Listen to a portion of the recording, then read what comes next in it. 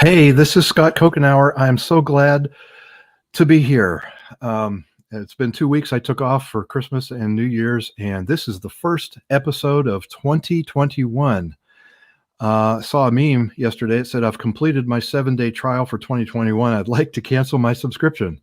And I think most of us are feeling that with all of the political tension and everything that's going on.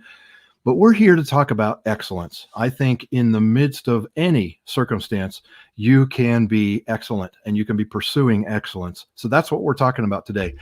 All right, so let's go right into our 3 coaching questions. Our first question is, who would you trust with your life? Who would you trust with your life? The second question is, what is it about this person that made you select them?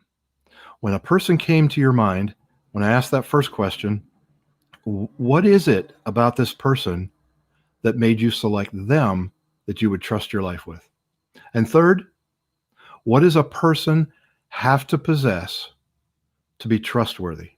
What does a person have to possess to be trustworthy? What are the things about a person that makes them trustworthy? Those are your 3 coaching questions. I always encourage you to take those questions, 1, 2, or all 3 of them, and write them on a 3x5 card. Put them on stick them on the side of your screen. So when you're in Zoom meetings all week, or put them on your dashboard if you drive for Amazon, whatever it is, keep them front and center so that you can focus on those until we get back together next Friday. Now, what we're going to do is move into our 2 pillars of excellence. And with me, I have a friend of mine who his name is Tim Figley. Let me tell you a little bit about Tim Figley. He's a friend and a colleague. We've worked together on some projects, and I have learned a tremendous amount from Tim. As a team consultant and keynote speaker, Tim provides clients and their organizations with clear, achievable methodologies that strengthen leadership, teamwork, and strategic planning. Tim holds an MBA from Bakke University and is currently completing his doctorate in transformational leadership. And he holds many certifications, including strategic planning facilitation, mediation, professional coaching, team development, and executive coaching. And I'm guessing probably 6 more things. Tim is a consummate learner. He is always looking for what he can do to grow and develop. And he's part of the inspiration for the journey of excellence that I'm promoting. So Tim, welcome. Scott, I am really excited to be here. I've got to watch a few shows, and I've been excited since I knew we were going to do this. I've been excited for a couple months. Good. And I really have loved watching the format of your shows, the 3, 2, 1, 0. Mm-hmm. I thought it was genius. I love what you're bringing. I think that when I've observed you, and I know you now really well, Right. I see that identity coming out and that value coming out for people, and it's just been a pleasure. It's been a real pleasure, and I'm glad that you're doing this. Well, great. And I've been looking forward to this too, because I know you have such a wealth of information, especially when we're talking relational excellence, which is the topic for today. So let's go into the first pillar, which is nothing is faster than the speed of trust. So it's a powerful idea. And again, I'm glad that you asked me to talk about this. This has become important to me in working with my clients, because I realize that trust is the only thing that allows us to really get something done when we're doing it together. Mm-hmm. And I had failed at this, I guess, just with the absence of knowledge and not knowing what created trust, I guess. And that's what really put me on a journey to even desire to learn about it. Mm-hmm. And I remember, Scott, talking to your dad actually in 2003. So almost 20 years ago. Yeah. And I remember we were sitting at the old way station, and I don't know, somehow I said, I have a goal of developing integrity. And it's because I just knew I didn't even know what it was. Mm-hmm. I didn't even understand it, but I knew I didn't have it like I needed to. And I remember him sitting there across the desk, just saying, "That's a good goal. It's a good goal to have." But it was something I knew that I didn't have, and I was working, and I needed to know, what do I do to develop this? And and then later on, how do I rebuild trust if I've lost it? So it's been quite a journey for me, something that I wasn't naturally, gifted at, and something that I'm still trying to work on, and certainly have failed at several times. Sure. So we talk about the speed. That would assume that we're headed towards somewhere. Now, I know you're working with teams.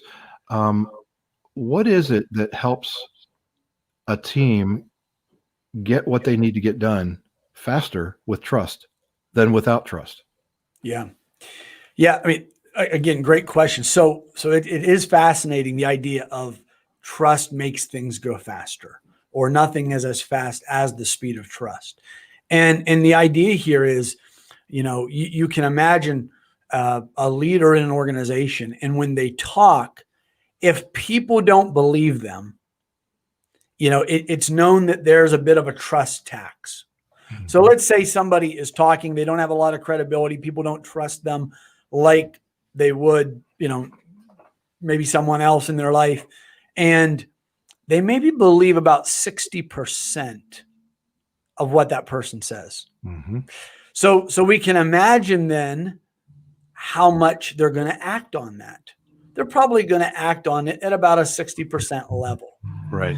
And so let's say the leader says, here's where we're going, or here's what we need to do. And people go at maybe a 60% speed, 60% action, 60% commitment, engagement, togetherness, all of those things. And we're gonna be slowed up a little bit if we're only at 60%.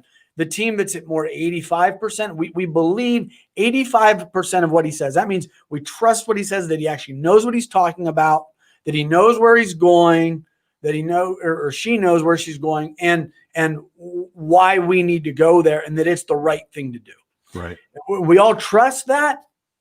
Maybe we're putting in 85% energy or effort, or 90, or close to 100. We're going to go a lot faster. Right. You multiply that by 4, 5, 8, 10, 12 people, or 200 people. Imagine the speed that it creates compared to the one that really doesn't have the trust there. Right. So in practical terms, if you don't trust me, and you don't have that sense that you can lean on me, and I do something that you suspect I did it on purpose, you ascribe motives. Mm-hmm. That's part of having low trust, right? Yeah. It's not trusting intent. That'd be intent. Yeah. Which, okay. When we get into credibility, it's one of the 4 cores of credibility. Okay. And trust really usually falls apart at the level of intent. Okay. That's interesting. Yeah. It usually falls apart at intent, where we subscribe at ill intent, and therefore I don't trust. Then it's almost like I don't trust you at anything, which really trust is peaceable. You can start to put it together piece by piece. I can trust you at one thing, but maybe, I can trust you to have a good podcast, but maybe not to make me the best beef brisket I ever had. Right. I mean, so I can trust you one thing, but not another. And so what we need to, why it's important in the workplace, is we need to trust people at what their job description is, or what they need to do to get things accomplished, or what their tasks are, or to achieve goals, or to treat us with courtesy, respect, kindness, care, the things that we want, how we want treated if we're working together. So it's the things that we trust people with that are very important. And so when there's a lot of trust and a team has to get something done, they get it done, and they get it done a lot quicker because they don't have all this baggage to work through. Right. And fighting with each other, or trying to figure out what does he really mean, or what does she really mean. It's just at face value. All right, I trust you. Let's do this. Okay. For sure. Yeah. And there's nothing more important right now than speed. It changes. It used to be said that change is constant, that's old news. Yeah. Change is intense. All right. So, and uncertainty is intense. So trust is all the more necessary. So that's good. If you don't mind, let's move on to the next one. The second pillar is credibility is the leader's currency. What do you mean by leader's currency? Yeah, that's a John Maxwell quote I pulled from, but it's almost like we said about speed, but currency means it's going to come through people, right? So just like we said, there might be a trust tax. Credibility is a currency, meaning everything else rides on it. Okay. Everything else rides on that currency. If there's credibility there, the things I say, the things we need to do, it's going to ride smooth. It's going to go well. If the credibility isn't there, there's not a lot of currency for people to follow, for people to not revolt, Right. for people, and you think about, we're 2 days away, or we're 2 days out from what we saw politically happening, right? Mhm. And so what I'm finding is, especially in organizations after this year, there's mistrust that can bleed from the culture, the macro level or the societal level into organizations. And so a leader has to do a great job, I think, of reestablishing and reaffirming trust regularly, because if they bend too far this way or too far that way, and they have other people in their organization on their teams that bend the other way, all of a sudden they will start to mistrust their intent, just like they mistrust the intent of people at that societal and cultural level. Right. So it's interesting. We're using trust tax Mm-hmm. and a trust dividend, Mm-hmm. and credibility being a currency. It's almost like it's a financial theme that you could wrap your mind around when it comes to being trustworthy. And I think credibility is a lot like the value of the dollar. When the value's low, that currency doesn't flow through the economy properly. So you had mentioned the 4 pillars or 4 corners. Yeah. Tell The us about the that. 4 cores of credibility. That again, that comes from Stephen M.R. Covey, Okay. his book, where he talks about how you break down trust and begin to either break it down or build it back up, right? So sometimes I have to break it apart to start piecing it together to build it within us or within our team. And he says there's 4 cores of credibility. The first core of credibility is integrity. Like I mentioned earlier today, which includes things like honesty, fairness, authenticity, that type of thing. The second one is intent. And intent is really about motive, right? My motive, my intent, which includes transparency and even my behavior a little bit. Like, well, why are you behaving like that? Right. The third one, interesting enough, I wouldn't have guessed, is capabilities. Do I have the capabilities to say that I'm going to follow through on what I'm going to do? Right. So that's going to be skills, knowledge, experience. And am I capable of saying that? And that has a lot to do with self-awareness. So I said, Tim, I'm going to make you a beef brisket sandwich. I have no idea. Okay. Yeah. I would have. And the last one is results or track record, right? What results have I continually, proven to you that I've been able to achieve? So that's reputation, credibility, performance, track record. And if I have good results, then I'm often forgiven quicker. If I make a little mistake, right? Or you're forgiven a little bit quicker because you know what? Historically, they've always got good results. I think you'll pick the ball back up. Well, also results will help us think, well, they have good intent. So if I continually prove results, well, we're going to ascribe some good intent to that person. But if results begin to wane and then wane again and then wane again, all of a sudden we start to ask bigger questions.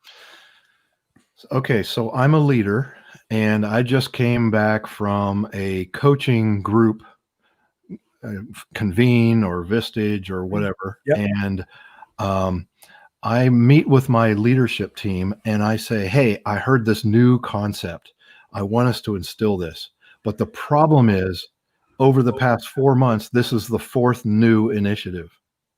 It's kind of known as the flavor of the month. Yeah. So how does that sort of thing impact the credibility of a leader? Yeah. Well, I mean, if everything they come back with doesn't get implemented, then The track record, right? yeah, then the credibility is going to wane. Mhm. If the leader goes to a great leadership workshop and they come back with a new idea, there's things they can do to generate credibility, even if it wasn't there before. Okay. And I would say it comes with two things. Number one, finding out, kind of like knowing who the stakeholders are, right, on the team, and giving a realistic appraisal to them of where they're at, acknowledging where they're really at. Mm-hmm. Mm-hmm. And then the other thing is then showing or demonstrating realistic self-awareness of where the leader really is and what's really capable of doing this. If you don't really know where they're at and you don't demonstrate the self-awareness of where you're at as a leader, there's not going to be credibility. So it's fascinating to me.